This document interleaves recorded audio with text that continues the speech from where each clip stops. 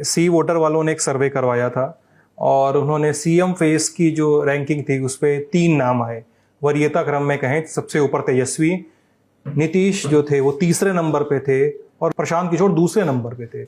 एक चीज तो है, जो आप पटना की सड़क से लेकर के आप मोतिहारी की सड़क पर पहुंच जाए या मधुबनी के किसी गांव में पहुंच जाए, प्रशांत किशोर की चर्चा हर चौक चौराहे पे गली मोहल्ले में कहीं बैठ जाइए, लोग उनको जान रहे हैं।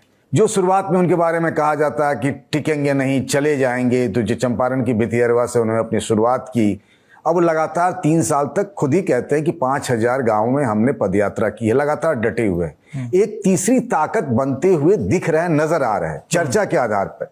क्योंकि अभी तक उनकी कोई परीक्षा नहीं हुई है, कोई चुनाव नहीं लड़ा जन स्वराज पार्टी ने, तो हम ये भी नहीं कह सकते कि क्या होगा नहीं होगा। लेकिन हाँ, एक जो आईबॉल्स के हिसाब से देखें और जो चौक चौराहे पे बातचीत होती, प्रशांत किशोर एक ताकत बनकर नजर आ रहे हैं, इसमें कोई दो राय नहीं। मैं आपको ऐसी कई सारी कहानियां बता सकता हूं कि फलाने आईएएस के या फलाने डॉक्टर के, फलानी पढ़े लिखे लोग के, उनके छोटे भाई या किसी के नाते रिश्तेदार इन दिनों पिछली काफी समय से पटना में प्रशांत किशोर के लिए जोर आजमाइश कर रहे हैं। लेकिन प्रशांत किशोर के आसपास अगर किशोर कुमार मुन्ना जैसे 2-4 अपवाद को छोड़ दें तो कोई बहुत बड़ा जो पिछले कई सालों से पॉलिटिक्स में हो, रवा हो चुका हो, खपा हुआ हो, इस तरह के नेताओं की भीड़ मुझे नजर नहीं आती। उनके आसपास प्रोफेशनल्स दिखते, बिल्कुल कॉर्पोरेट स्टाइल में उनके सारे कार्यक्रम होते हैं, आपको उस तरीके से उनकी इमेजेस वगैरह आती दिखेगी। ये जो आप सर्वे कह रहे हैं सी वोटर के, जिसमें तेजस्वी यादव सबसे पहले नंबर पर, उसमें कोई चौंकाने वाली बात मुझे नहीं नजर आ रही है। लेकिन दूसरे नंबर पर प्रशांत किशोर का नाम मुझे काफी चौंकाने वाला लगता है कि प्रशांत किशोर एक मुख्यमंत्री चेहरे के तौर पर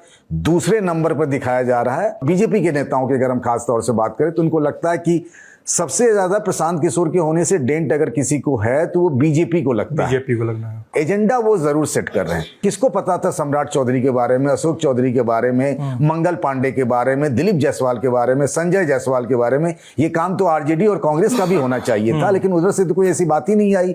ये सारे मुद्दे जितने भी हैं, पलायन से लेकर जिस मजबूती से हाल फिलहाल के दिनों में प्रशांत ने उठाया है, वो तो उनकी पार्टी और उनके नाम की चर्चा तो है।